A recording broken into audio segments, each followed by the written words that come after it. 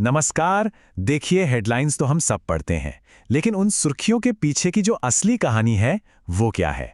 आज हम बिहार की राजनीति के इसी पेचीदा ताने बाने को, इसी उलझन को समझने की कोशिश करेंगे।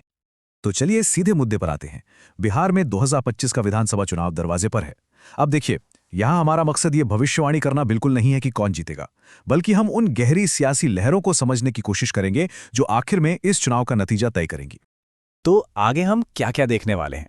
पहले तो मैदान में कौन कौन से बड़े खिलाड़ी हैं, फिर बिहार का वोटर असल में सोचता क्या है, पहचान और विकास की लड़ाई में कौन भारी पड़ रहा है, दिल्ली की राजनीति का पटना पर कितना असर होगा, और सबसे आखिर में वो कौन से बड़े सवाल हैं जिनका जवाब 2025 का चुनाव देकर जाएगा। तो चलिए शुरुआत करते हैं और सबसे पहले मिलते हैं उन मुख्य ताकतों से जिनके बीच सत्ता का ये सारा संघर्ष होना है। एक तरफ है सत्ता पर काबिज एनडीए गठबंधन, जिसमें बीजेपी और नीतीश कुमार की जेडीयू मुख्य पार्टियां हैं, और दूसरी तरफ उन्हें चुनौती दे रहा है विपक्षी महागठबंधन, जो राष्ट्रीय स्तर पर इंडिया ब्लॉक का भी एक अहम हिस्सा है। लेकिन रुकिए, यहीं पर कहानी में एक बहुत दिलचस्प मोड़ आता है। मैदान में एक तीसरा बड़ा खिलाड़ी भी है, प्रशांत किशोर की जन स्वराज पार्टी। देखिए, ये पार्टी पहली बार चुनाव लड़ रही है, और वो भी सभी 243 सीटों पर। इसका मतलब साफ है, ये पार्टी सिर्फ एक मोहरा नहीं है, बल्कि ये एनडीए और महागठबंधन दोनों के पारंपरिक वोट बैंक में सेंध लगा सकती है।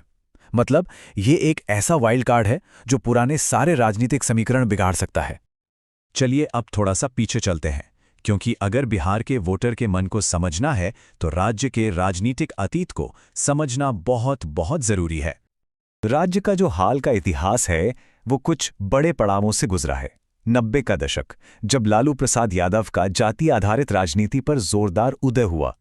फिर आया वो दौर जिसे जंगल राज कहा गया, और फिर 2005 में एक बड़ा बदलाव हुआ जब नीतीश कुमार सुशासन के वादे के साथ सत्ता में आए। और इसी इतिहास ने बिहार की राजनीति की जो सबसे बड़ी लड़ाई है उसे जन्म दिया।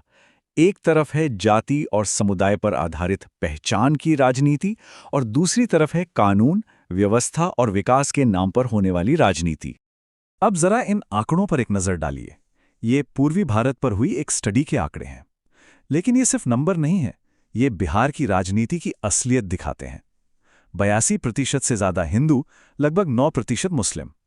अक्सर होता यह है कि धर्म और जाति की ये लकीरें ही राजनीतिक वफादारी की लकीरें बन जाती हैं। पार्टियां अपनी पूरी की पूरी रणनीति इन्हीं समीकरणों के इर्द गिर्द बनाती हैं। ये दिखाता है कि पहचान की राजनीति की जड़ें कितनी गहरी हैं। जी हाँ, और बहुत से लोगों के लिए तो राजनीतिक पसंद एक तरह से विरासत में मिलती है।